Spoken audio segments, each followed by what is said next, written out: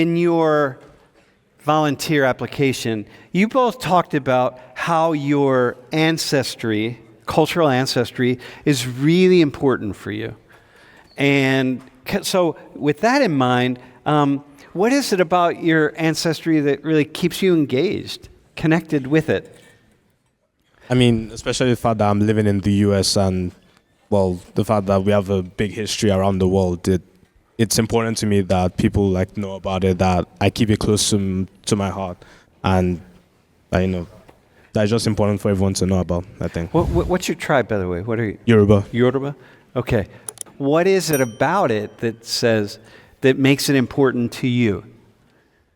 I mean, there's not many of us. Well, I mean, there's a lot in like Africa, but there's not many of us around the world. So, because in a way, there aren't many. You feel some sort of affinity, some kind of connection. Exactly, and because there will be so many stories of like other ancestries, other stuff. I mean, like, why not us go be out there in the world for everyone to hear about? My Albanianness is I would say for me it's a source of identity and pride, kind of like a safety net on how I believe I am as a person. I come from a really big family. I was raised very Albanian. I was raised very close-knit with all my cousins and went back home a lot because I do have a lot of family there, and I feel like it's a way for me to classify how I set myself up. So when you say raised Albanian, what do you mean? More like culturally surrounded by the values that are held by my parents, by my uncles, by my aunts. Can you give us one value? Off the come to mind, I would say I think my views on marriage and like early adulthood is very different than my fellow American colleagues. Yeah. What do you have something in? Well, like, you're not really. This is not like a set rule, but you're not really an adult in an Albanian household until you're married, and it's something where that is a main goal of your young adulthood, and once that happens, then you get to begin your life and provide your value. Whoa! All right. Huh. That sounded a lot deeper than it actually is, in my eyes. But no. But that's it's not uncommon around the world, But in a kind of for a Southern European, we'll say Southern European nation, it's kind of Southern. You're right up against Greece, right? Yeah, we consider Eastern. Yeah. Balkan. Eastern, right? Eastern, Southern. Yeah. It still is. It's still interesting. What is it about your ancestry, like your culture, that is most interesting to you? Like the arts behind it and like the music. I mean, I would say our music is definitely one of the most popular around the world. But what's most important to me is the people, because it's unique to most Western societies. I mean, it's probably very similar to a lot of Eastern and Third World societies, but it's just that it's more of a group type of culture that, it's not very individualist, it's more collectivist. People are helping each other out. There's a lot of backstory to us. There's also fairly a lot of us as well. So, I mean, everyone's looking out for each other, and then we all bond by the music, our industry, obviously the food as well. So do you? So do you see yourself as Nigerian? Which one would you choose if you had to choose? Nigerian American, or African American? Nigerian American. Mm-hmm. And you, do you see yourself is the emphasis on Nigerian more than American? Yes. Yeah? Much more. Yeah? Much more? How so? Well, I mean, I grew up there. I mean, I was born in Texas, then lived there for 2 years, and then came straight to Nigeria. I've lived there pretty much my whole life before moving here 2 years ago. Uh-huh. So it really is that. But you're an American citizen, yes. But how many languages do you speak? Fluently, just English, but I know English, French, some of Spanish, and a little bit of Yoruba. Uh-huh. So and then you, do you see yourself as I would say Albanian American, Uh-huh. but again with the emphasis On Albanian? on Albanian. Yeah. Do you think it matters that you're Albanian and not, let's say, like Greek? Greek is just this more sort of dominant culture. Albania kind of gets lost in the middle of a lot of things. Yeah. Hang on, don't take that personally, bro. Oh Not no. to you. No. I didn't take it personally. All right. Like not as many people are going to Albania as they are going to Greece. No, which is unfortunate because it's a really cool place. But yeah, I've vacationed in Greece too, so I feel like. But wait, what was the question? how you really see yourself as, you talk about being Albanian. Yeah. That's pretty common for you. Yeah. Yeah. I would say I understand like to get mixed in with like the rest of Eastern Europe and like Italy and Greece. I feel like I know my own history very well. Yeah. And also my father did, and my grandparents, and I feel like understanding the history has allowed me to like really differentiate from them and like know the importance of it. So the two of you then have this sense of being, you're really grounded in two places. You're grounded in this country on the other side of the Atlantic, and you're also grounded here as Americans, right? Because you can fit in here, but you're also you're grounded there. You're in two separate places. Does that sound reasonable? Yeah.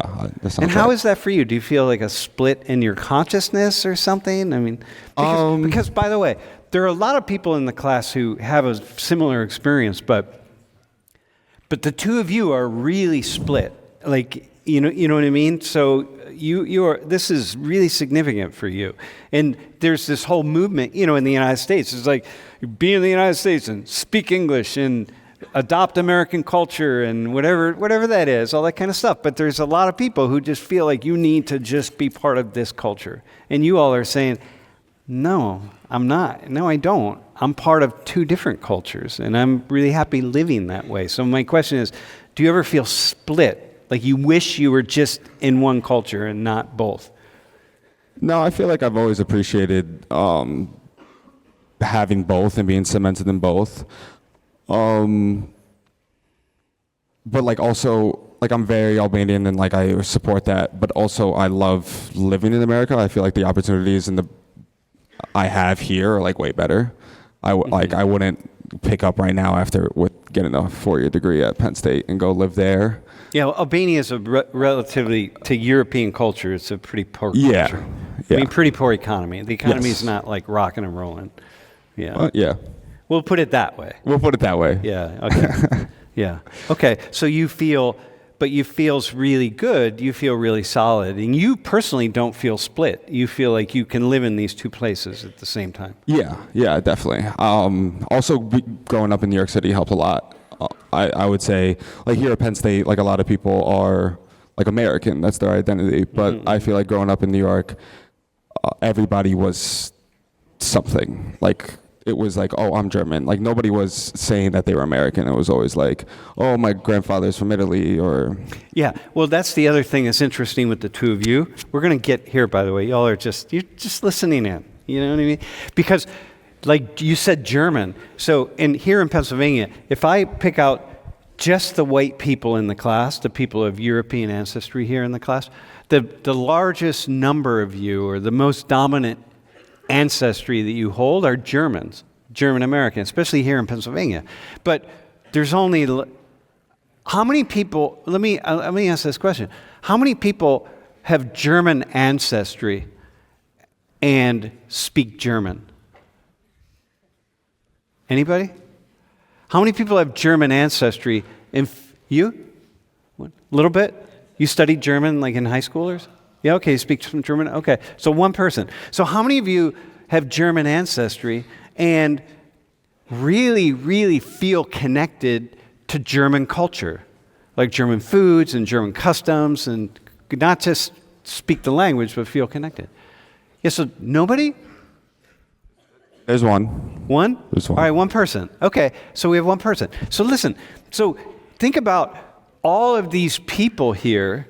There's so many people, right, who have like at some point in time, you lost it, or your ancestors lost it. Somebody did, either your parents or your grandparents or your great-grandparents. They did the thing that people do, which is they adopted the culture of their new country, and they didn't teach their kids the old way, or they tried to, but they didn't want to speak it. Like, you speak Albanian, right? But your kids, even if you marry someone who's Albanian, which are you going to? Preferably, but I'm not saying like I have to. All right, your parents aren't telling you like. No, my parents are more focused on, I would say, religion than ethnicity. Religion? Ah, okay. Yeah. But same with that. Okay. It's flexible. But the idea would be you might have kids, and your kids they want nothing to do with Albania. Yeah, I wouldn't expect my kids to know.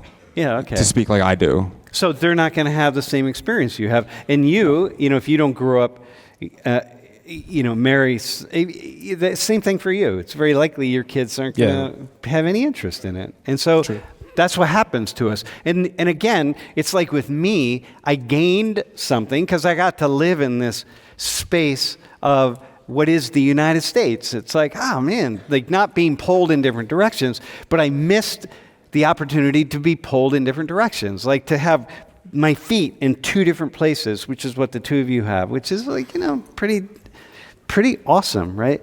Does being connected to Nigeria, does it take away from your experience of American culture? I don't think so, no. Uh-huh. I would say I know much more about Nigerian culture than American culture just for living there for that many years, but I also won't say that I'm not part of American culture.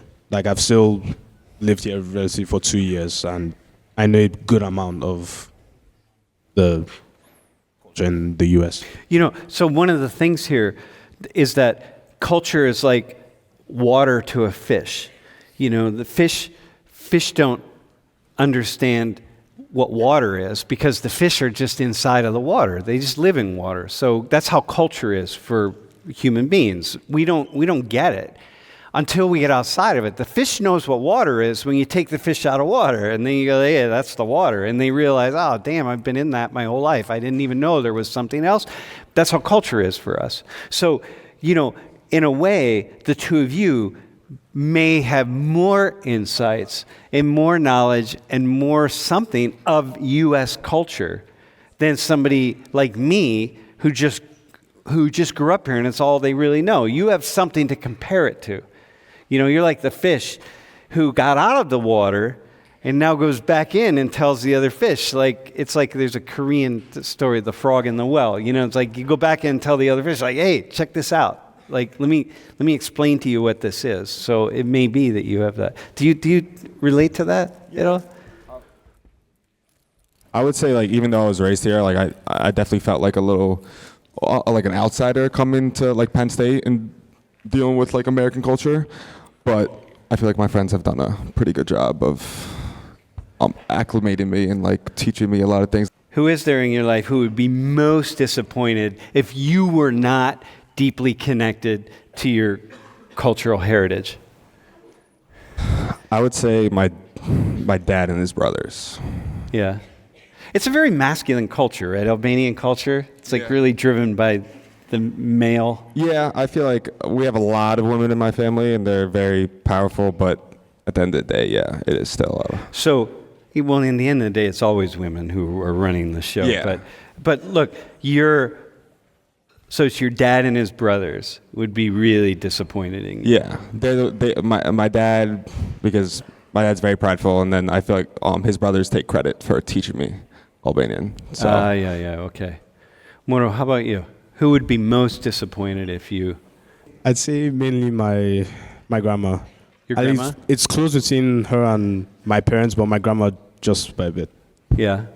I also want to ask, what part of your cultures outside of states that you actively renounced, you would say? Actively what? You actively renounced. Renounce. You like turn away from. You like reject. It's like considered an embarrassment to be like loud and like be yourself and like in a sense like be different. like outgoing or like say something that like maybe you shouldn't say or like something along those lines. Like, I don't know how like we have a word for it, but like I think it's just like considered like embarrassment. And What's the Albanian word? it's like bode. What is it? Bode. Bode? Yeah, so it's kind of like an embarrassment. Like, don't do that. Like, that's bode. Like, you don't, like, don't embarrass me. Okay. But, like, I feel like it helps also. My dad doesn't really care about that either. And we kind of just say what's on our minds. Okay. All right. I definitely would reject that aspect of always being, like, afraid of what somebody else would say. Yeah. There's so many that's Korean culture for sure, man. I would say There's a lot of most third cultures. world countries. Yeah, have there's that. a lot of places like that. Yeah, it's I would say East Asian culture very much so. Huh. Yeah. It's also a good thing because you're always paying attention to what other people are thinking, and that's a good thing for building community. Do you see that in your experience in Nigeria?